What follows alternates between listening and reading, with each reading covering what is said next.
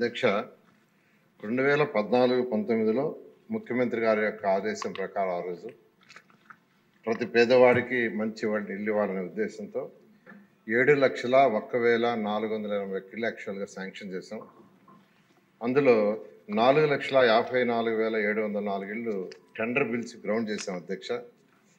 అయితే గత ప్రభుత్వం ఏదైతే గ్రౌండ్ అయిన వాటిలో మొత్తం 2,38,360 ఇళ్ళని క్యాన్సిల్ చేసింది. అంటే మా మీద కోపం ఉండొచ్చు కానీ ప్రజల మీద కోపం ఉండకూడదు. కానీ పేదలు నిరుపేదలకు ఇచ్చే చక్కటి ఇళ్ళు 2,38,360 ఇళ్ళు క్యాన్సిల్ చేసి 2,61,640 కడతామని నిర్ణయించారు. కానీ అదన్నా కట్టారంటే 5 సంవత్సరాలు కలిసి వాళ్ళు కట్టింది పూర్తి చేసింది 57,040. ఆ 57,040లో కూడా మనం చేసినవే 2014-19లో ఏదైతే చేసినామో వాటిని కంప్లీట్ చేసేటట్టు చూపించారు. అయితే దీంట్లో అనేక సమస్యలు అటు బెనిఫిషియర్స్కి కాంట్రాక్టులకు వచ్చినాయి. అయితే ఇందాక సభ్యులు అడిగినట్టుగా ఈ టిట్కో హౌసెస్ దగ్గర కేవలం ఇల్లు కట్టి వదిలేయటమే కాదు, చక్కటి ఫెసిలిటీస్ అని ముఖ్యమంత్రి గారు ఆదేశిస్తే అక్కడ చక్కగా roads, water lines, closed drains, septage treatment plants, lights, అవే కాదు అధ్యక్ష, అక్కడ పార్కు, ఆ బిల్డింగ్లో లిఫ్ట్ ఫెసిలిటీ కూడా ఇచ్చాం. లిఫ్ట్ పెట్టలేదు అధ్యక్ష. స్కూలు, ఒక షాపింగ్ కాంప్లెక్స్, కమ్యూనిటీ హాలు. అదే కాకుండా ముఖ్యమంత్రి గారు ఏం చెప్పారంటే మీరు కట్టే ఇళ్ళు ఊరికి కొద్దిగా దూరంగా ఉంటాయి, స్థలాలు దొరకవు కదా, అక్కడ పేదలు నిరుపేదలు ఉన్నప్పుడు అక్కడ ఎకనామిక్ యాక్టివిటీ స్టార్ట్ కావాలా, కాబట్టి ఎకనామిక్ యాక్టివిటీ స్టార్ట్ చేయమంటే ప్రతి టిట్కో హౌస్ లేఅవుట్ దగ్గర దాదాపు 2 ఎకరాల నుంచి 5 ఎకరాలు ఎత్తిపెట్టాం అధ్యక్ష. దాన్ని కూడా 1 సెంటుకి గత ప్రభుత్వం ఇచ్చి దాన్ని కూడా లేకుండా చేశారు. అయితే ఇప్పుడు సభ్యులందరూ అడిగిన ప్రకారం సమస్యలు తీసుకుంటే బెనిఫిషియర్స్కి నిజంగా సమస్యలు ఉన్నాయి అధ్యక్ష. అప్పుడు గత ప్రభుత్వం ఉన్నప్పుడు 430 చదరపు అడుగులు కావాలంటే అప్ఫ్రంట్ 1,00,000 కట్టమన్నాం అధ్యక్ష. అయితే గత ప్రభుత్వం వచ్చిన జీవో ఇచ్చింది 1,00,000 కాదు 50,000 అని చెప్పి వదిలేసింది అధ్యక్ష. వాళ్ళకి డబ్బులు ఇవ్వాల. వాళ్ళందరూ ఎక్కడికి పోయినా ప్రజాప్రతినిధి పోతే ఆ డబ్బులు 50,000 అడుగుతున్నారు అధ్యక్ష. రెండవది 360 చదరపు అడుగులకి అప్పుడు 50,000 అప్ఫ్రంట్ కట్టమన్నాం, కట్టారు. కానీ గత ప్రభుత్వం ఏం చేసిందంటే 50,000 అవసరం లేదు, 25,000 చాలన్నారు.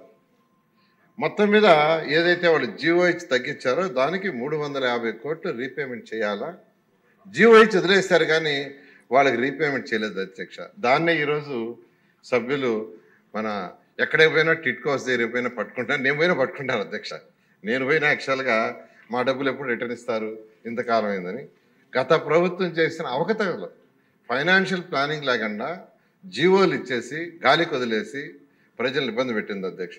అదేవిధంగా మరొక సమస్య అధ్యక్ష, ఇల్లు ఇవ్వకుండానే వాళ్ళ మీద లోన్ రైజ్ చేసినారు అధ్యక్ష. మొత్తం 77,606 మంది మీద 77,606 మంది మీద 2,275 కోట్లు రైజ్ చేసింది. 2,275 కోట్లు. ఇందులో 40,570 మందికి అసలు ఇల్లు ఇవ్వాల. లోన్ రైజ్ చేసింది 77,600 మంది మీద. వాళ్ళల్లో 40,570 మందికి ఇల్లు ఇవ్వలేదు.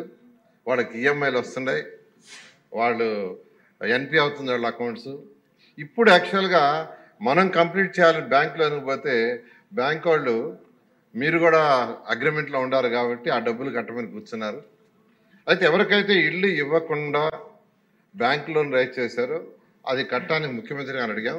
140 కోట్లు యాక్చువల్గా ముఖ్యమంత్రి గారు శాంక్షన్ చేశారు. ఎందుకంటే 140 కోట్లు ఫస్ట్ బ్యాంక్కి కడితే వాళ్ళ యొక్క అకౌంట్స్ ఎన్పి కావు, దానికి శాంక్షన్ చేశారు. ఆ ఫైల్ ఆల్మోస్ట్ ఫైనాన్స్ టెక్నికల్గా చిన్న ఇష్యూలో ఫైనాన్షియల్ డిపార్ట్మెంట్ మా డిపార్ట్మెంట్ వస్తుంది, అది కూడా వారంలో కంప్లీట్ అవుతుంది.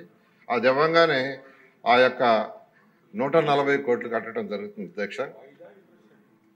Interest and instalment interest and instalment అంటే ఇల్లే ఇవ్వకుండా లోన్ ఎలాగా ఉంటుందండి? అతను కట్నం ఇల్లు జప్తు చేసుకోమన్నాడు అనుకోండి, అతని పేరు మీద ఇల్లే లేదు, బ్యాంక్ వాళ్ళకి ఏం లేదు అధ్యక్ష. అయితే ట్రైపార్టీ అగ్రిమెంట్ గవర్నమెంట్ ఉంది, పేదలు నిరుపేదలు వాళ్ళు ఇబ్బంది పెట్టకూడదు కాబట్టి ఇప్పుడు వాళ్ళకి ఇల్లు ఇస్తారు, వాళ్ళకి ఇల్లు ఇస్తాం అధ్యక్ష. వాళ్ళందరికీ ఎవరికైతే ఉందో వాళ్ళకి ఫిల్ ఇవ్వటం జరుగుతుంది. అధ్యక్ష, సభ్యులు చెప్పినట్టు ఏంటంటే కొన్ని క్యాన్సిల్ చేసి వేరే వాళ్ళకి ఇచ్చారు. యాక్చువల్గా దాని మీద కూడా ఎంక్వైరీ చేసి జరుగుతుంది అధ్యక్ష. కొన్ని ఐడెంటిఫై అయినాయి కూడా. ఎవరైతే ఐడెంటిఫై అయినాయో వాళ్ళకి క్యాన్సిల్ చేయమని ఒక జియో నెంబర్ 39 ఇచ్చాం అధ్యక్ష.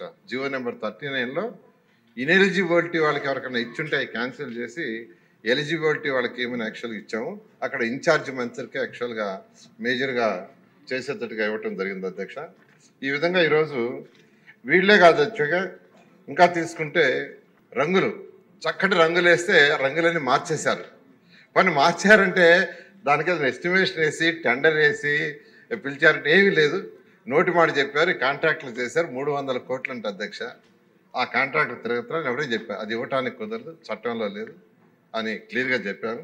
తర్వాత ఈరోజు ఈ ప్రాజెక్టు కంప్లీట్ చేయాలంటే అధ్యక్ష ఇది ఈ 2,61,640 కంప్లీట్ చేయాలంటే 7,000 కోట్లు కావాలి అధ్యక్ష.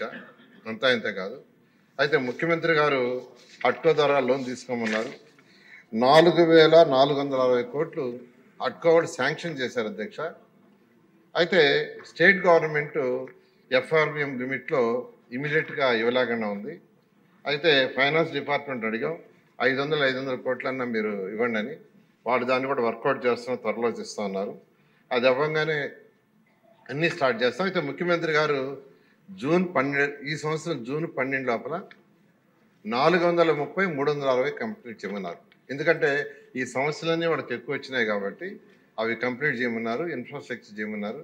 అది కంప్లీట్గా జూన్ 12 లోపల 430 అండ్ 360 కంప్లీట్ చేస్తాం.